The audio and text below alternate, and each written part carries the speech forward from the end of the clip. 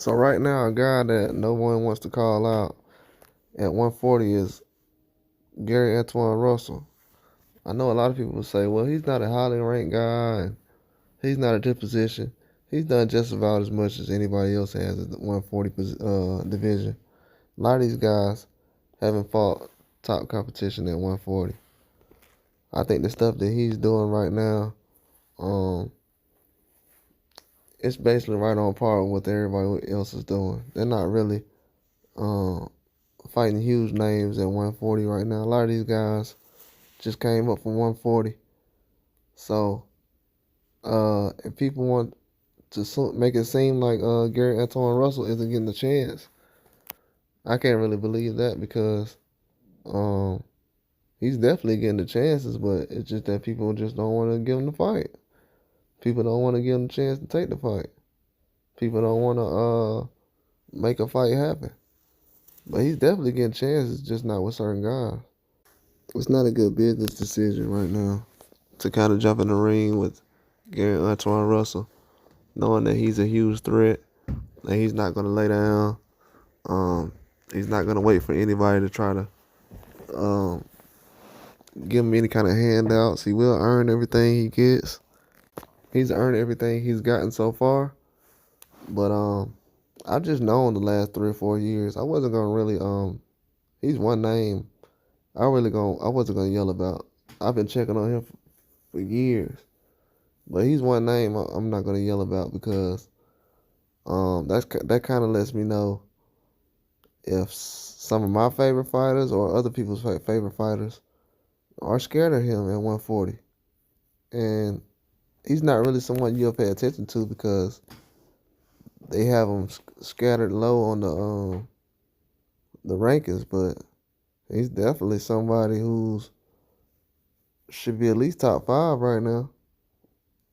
But when you don't keep a guy like that top five, you kind of keep him in the background, give him reasons not to have a fight. I don't know, in boxing, man, it has to get back to a point where guys who actually losers, get treated like losers. Once you lose, you should be treated like a loser.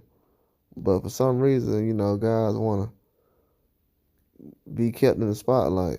That's what I don't understand. People what I don't understand in the sport of boxing right now is people have guys who have a loss on their record, and they want to act like the guy's undefeated, and people don't want to fight him. But guys have losses already. Canelo has a loss. He's lost already. Nobody, to say people don't want to fight a guy who's lost already and didn't rematch. I mean, the guys who have rematched, that's cool, but a lot of these guys who are actually beatable, I don't know, man. I don't want to hear about guys being ducked, man. If anybody being ducked, Gary Antuanne Russell being ducked, he undefeated. You know what I'm saying? To be honest with you, and some guys, their resume is kind of protected. It's kind of, buffered. So I wouldn't say everybody that's undefeated is, that guy. But at the same time, in certain situations, it's like that. You know what I'm saying? They know who to run away from and who not to. We've seen in the case with Terrence Crawford. They know who to run away from. They know who not to. Everyone act like they didn't know how good he was, but in certain cases, they did know how good he was. And 140 it's a division that's not really, I don't take seriously right now.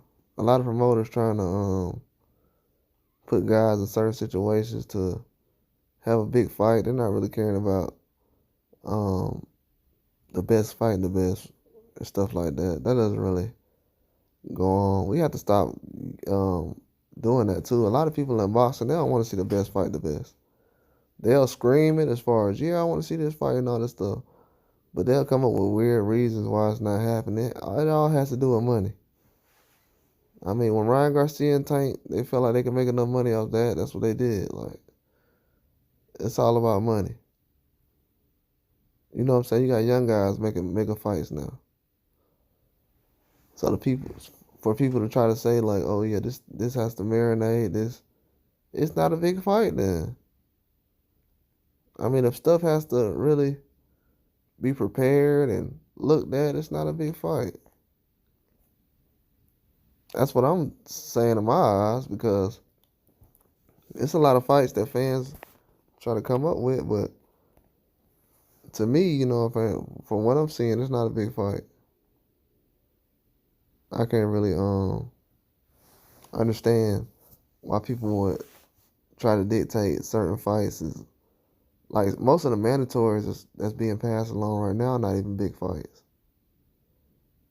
I can't remember the last time we had a mandatory and I was like, "Oh, that's a big fight."